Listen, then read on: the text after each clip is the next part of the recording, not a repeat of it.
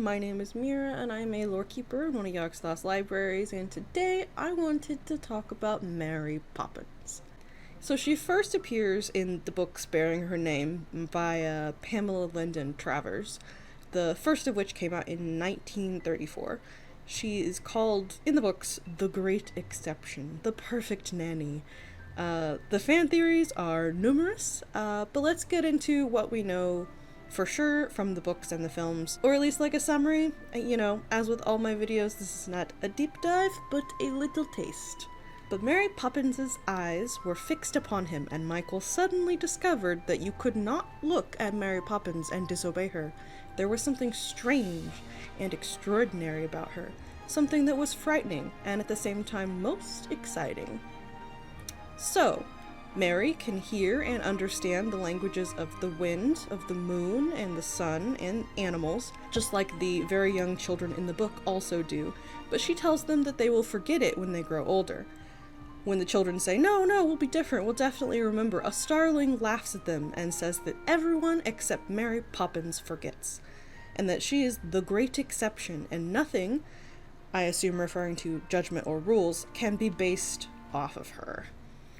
She alone seems to have never lost the magic that all children are born with.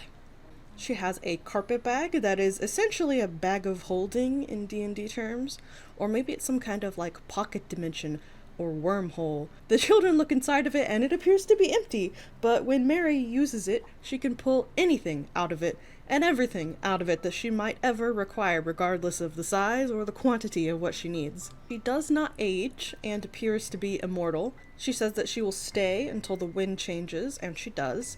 In the second book, she returns 25 years later, and it's kind of unclear if she operates strictly on a 25-year cycle, or if she comes back when she feels most needed. She paused, as though she were remembering events that happened hundreds of years before that time. She seems to have some kind of supernatural abilities, such as cleaning a room with the snap of her fingers, or in the films, she does all sorts of wacky stuff. She brings all sorts of fantastical things from the children's imagination to life.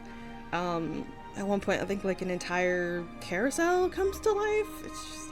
She can also float and fly with her umbrella, and she can sit on clouds. Fan theories, as I mentioned before, abundant, and I really enjoy some of these. Some think that she could be an avatar of Nyarlathotep, or a child or sibling perhaps, or related in some kind of way.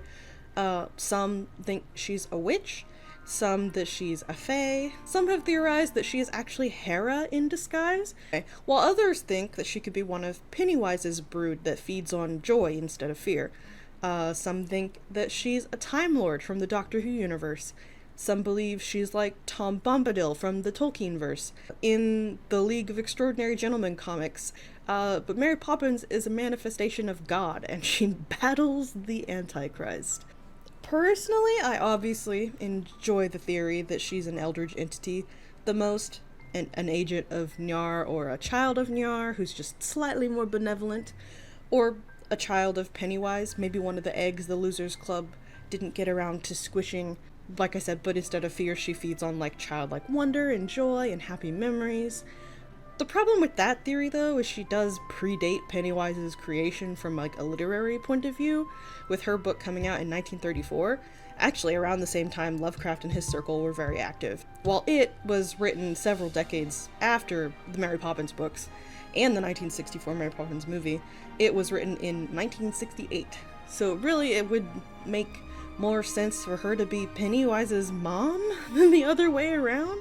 But all of this is just fan fiction speculation, because in the books, Mary Poppins is simply Mary Poppins. So, yeah, let me know what you think in the comments. What do you think Mary Poppins is?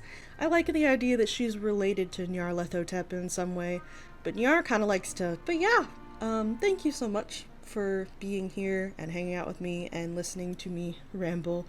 And thank you so much for watching. Super special thank you, as always, to my channel members, especially Loremasters, PwNaGeDOTexe, Beitodesstrafe, General Jehuty, Vlad, and Lexaous. May Yogg grant you the knowledge you seek, my friends. Friendly reminder, as always, I do have a Patreon now where you can go join for free to be a member, and you can watch all of my videos without any pesky ads. Also, liking, commenting, and subscribing on here really helps the channel grow, so if you really like this kind of weird content, y'all know the YouTube drill by now. Anyway, thank you so much for watching, and I hope to see you next time here in the library.